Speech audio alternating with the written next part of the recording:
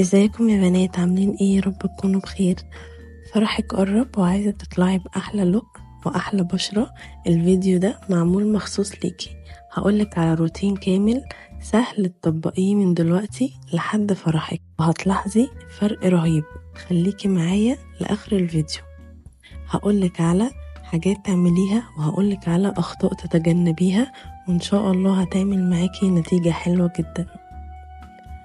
أول حاجة لازم نبدأ بيها تقشير الجسم مرتين في الأسبوع بوصفة سهلة جدا.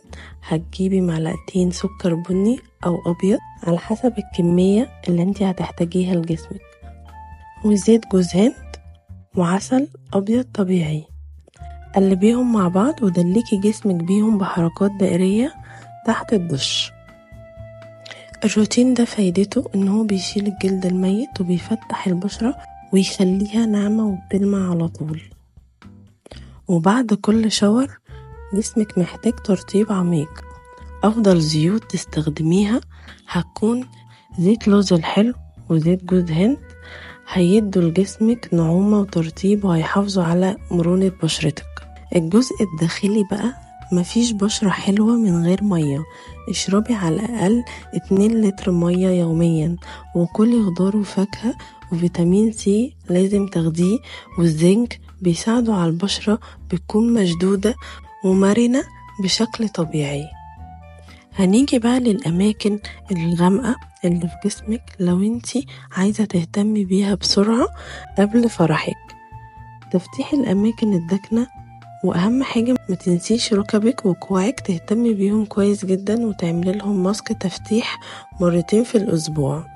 هتكون مكوناتهم سهلة جدا: عصير ليمون وعسل ومعلقة زيت زيتون، وتسيبيهم على جسمك لمدة 10 دقايق، وبعد كده تغسليهم بمية دافية. قبل فرحك بيومين اعملي حمام مغربي وحمام بخار بسيط، هيساعدك يفتح المسام ويخلي بشرتك طرية ومنتعشة. يوم فرحك خدي دش دافي وحطي زيت خفيف على بشرتك، وإن شاء الله بشرتك هتكون ساعتها حلوة جدا. خليكي ماشية على الروتين ده من دلوقتي وهتلاحظي الفرق بعد أسبوع على طول. الجزء المهم بقى عشان تفضل على طول ريحتك حلوة، لأن الريحة الحلوة جزء مهم من جمال يوم فرحك. تعالي أقولك على طريقة طبيعية تخلي ريحتك على طول حلوة طول اليوم. بعد الشاور قبل ما جسمك ينشف تماما ادهني زيت عطري خفيف زي زيت الورد أو زيت الفانيليا. تقدري كمان تخلطي من العطر اللي انتي بتحبيه مع زيت اللوز أو زيت جوز هند وتدهني بيه جسمك كله. كمان ترشي سبراي للجسم خفيف على اللبس مش الجلد عشان الريحة تثبت أكتر.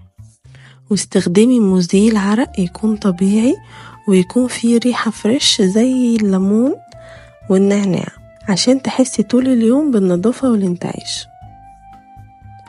أهم جزء في الفيديو، خلي بالك في شوية حاجات لو عملتيها قبل الفرح ممكن تبوظ بشرتك وجسمك تماما.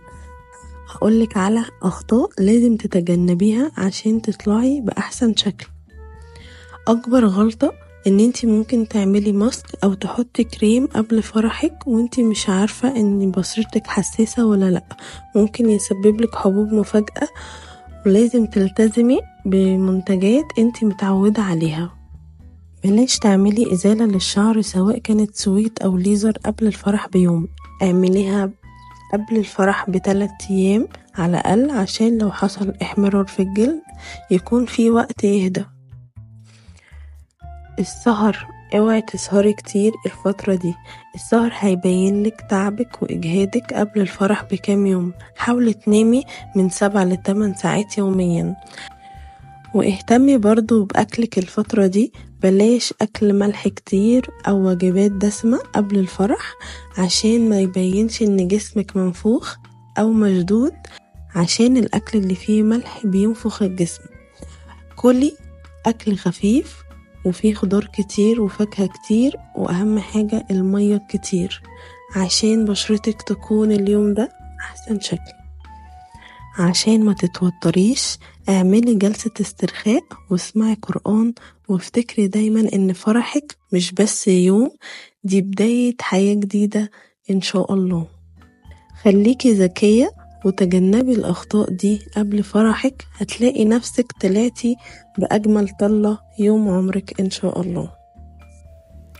جمالك الحقيقي بيبدأ من اهتمامك بنفسك، والخطوة البسيطة النهاردة ممكن تفرق معاكي كتير بعد كده بكرة. لو عجبك الفيديو شاركيه مع أي عروسة محتارة تبدأ منين. مفيش أجمل من العروسة اللي بتهتم بنفسها وبتحب تاخد وقتها في عمل الروتين ده من قلبها. لو عجبك الفيديو قولي رأيك في كومنت، وما تنسيش الاشتراك وتفعلي زر الجرس عشان يوصلك مني كل الروتينات الحلوة بإذن الله. استني مني وصفات تانية كتير هتخلي روتينك سهل وبسيط. باي باي.